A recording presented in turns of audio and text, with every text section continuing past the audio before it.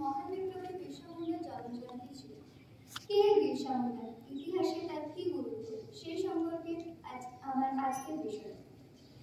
1875 সালের 15 নভেম্বর ভারতের রাঁচি অঞ্চলের মুঠিখাত গ্রামে জন্মগ্রহণ করেন বিরসা মুন্ডা। ভারতের ব্রিটিশ শাসনের বিরুদ্ধে উপজাতীয় প্রতিরোধের ইতিহাসে গুরুত্বপূর্ণ ভূমিকা পালন করেছিলেন তিনি ছিলেন মুন্ডা উপজাতি সম্প্রদায়ের অন্তর্গত। শুধুমাত্র রাজনৈতিক অধিকারের জন্য নয়, বরং আর্থসামাজিক সংস্কার এবং উপজাতীয় সংস্কৃতির পুনর্জীবনের জন্য তিনি লড়াই করেছিলেন। বিরসা মুন্ডার সংক্ষিপ্ত জীবন সত্ত্বেও আদিবাসী সম্প্রদায়ের জন্য তার অবদান তাকে ইতিহাসে চিরস্মরণীয় করে রেখেছে। বিরসা মুন্ডা 1899 এবং 1900 সালের মধ্যে রাজ্যের দক্ষিণে মুন্ডা বিদ্রোহী আন্দোলন শুরু করেন এবং নেতৃত্ব দেন। এটি ছিল ভারতের ইতিহাসে স্বাধীনতা পূর্ববর্তী অন্যতম একটি আদিবাসী আন্দোলন। সেই সময় ব্রিটিশ সরকার প্রবর্তিত ভূমিনীতিগুলি উপজাতীয় ঐতিহ্যবাহী কৃষি ব্যবস্থার আক্রমণ করে।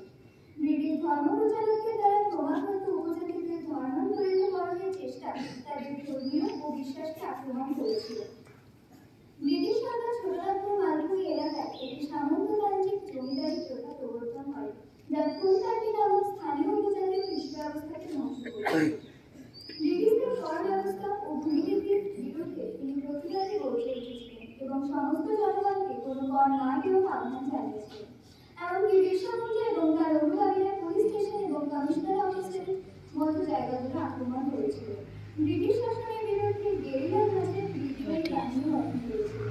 আবুল রাজ শেখার জানা, মহারানী রাজের দাস কুন্দু জানা, রানী রাজের অবসান ঘটাতে হবে এবং আমাদের রাজ্যকে প্রতিষ্ঠিত করতে হবে। তার এই স্লোগান সমগ্র মুন্ডা উপজাতিকে ব্রিটিশ সরকারের বিরুদ্ধে আন্দোলনে উদ্বুদ্ধ করে তোলে। 1895 সালে ব্রিটিশ সরকারের বিরুদ্ধে বিবৃতি দেওয়ার জন্য প্রথম গ্রেফতার হন এবং 2 বছর পর মুক্তি পেয়ে আবার ব্রিটিশ বিরোধী আন্দোলন শুরু করেন।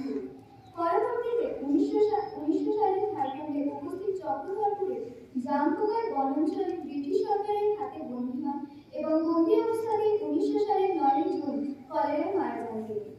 1908 সালে তার মৃত্যুর 8 বছর পর ব্রিটিশ সরকার ছোটনাগপুর প্রজাস্বত্ব সিএনটি আইন প্রণয়ন করে। আইনটি জমি অপজাতিদের কাছে হস্তান্তর নিষিদ্ধ করে এবং মালিকদের মালিকানা অধিকার রক্ষা করে। পরবর্তীকালে ব্রিটিশ সরকার দেশ টিকারি ব্যবস্থা এবং জোরপূর্বক শ্রম বাতিল করে। এই বিদ্রোহ ব্রিটিশ সরকারকে দেখিয়ে দিয়েছিল উপজাতি সম্প্রদায়ের অন্যায়ের বিরুদ্ধে প্রতিবাদ করে এবং নিজের অধিকার সুনিশ্চিত করার সাহস এবং ক্ষমতা ধরে রাখে।